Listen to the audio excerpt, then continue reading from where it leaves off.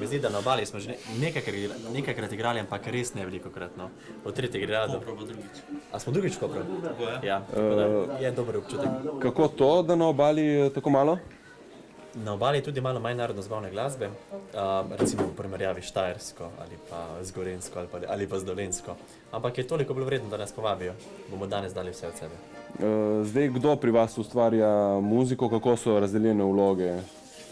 Vsi 4 delamo skladbo, teda dejansko zadnji čas prispeva vsak svoj delež na plošči in tako dejansko se naša prava zgodba odvija.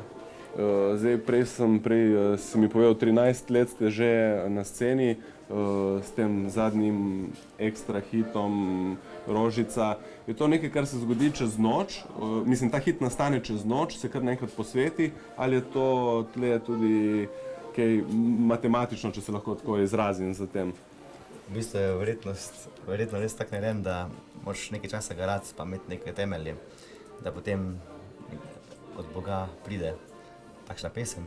Blaž jo je začutil v avtu, ta refren, teda je skozi avtomobilsko streho. A ste imel takrat kabrio? Ja. Je Bog poslal signal. To je bilo čez dan. Ja.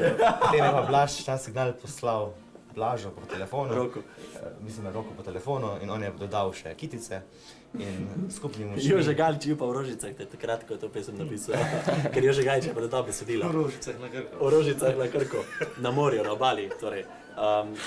Iskreno povedano je tako, nekaj se ti utrne, potem nekdo izmed nas tudi prinese ta osnutek, potem navaje, potem se 4-krat skregamo in popluvamo, to pa ni v redu, to pa zveni preveč temu podobno, to pa onemo. Potem pa sprejmemo nek kompromis, pa nekaj nastane.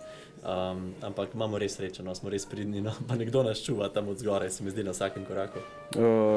Je ta komad bil res ena prelomnica za vas v vašem življenju, v vašem koncertiranju, neka nagrada za vse, kar ste naredili prej, kar ste vložili, kar ste žrtvovali, se je zdaj mogoče življenje spremenilo? Ja, življenje se je spremenilo, ampak kot je Peter malo prej povedal, to ni zgodba čez noč. Mi smo prej 10 let garali in zmagovali na vseh festivalih.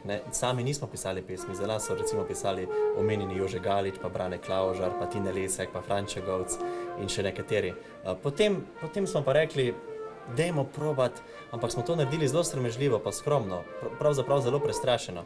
Jaz, ko sem prve osnutke nosil na vaje, me je bilo tako strah, kaj bodo pobi rekli, ali me bodo spluvali, se veš, to je kot neseš svojega otroka pokazati, pa misliš, da je najboljši, potem pa vsi primerjajo, kateri je lepši, pa kdo se lepše drži in kdo manj joče. Tako da to je bilo eno prestrašeno početje. Zdaj pa počasi tudi dobivamo nekaj samozavesti, nekateri mi všeč, nekateri se zgražajo, ampak mi smo tvegali, da gremo po svoji poti, ampak kljub temu, da smo vnesli v to muziko nekaj drugih vetrov, da muzika zveni malo drugače, skušamo ostati zvesti tradiciji, tako da mi na špilih pa na koncertih še vedno zagramo kako staro od Slakov, Avsenikov, Štirih Kovačev, Franca Miheliča, se mi zdi, da tradicijo ohranjamo, vmes pa dodajamo tako, kot čutimo, tako kot mislimo.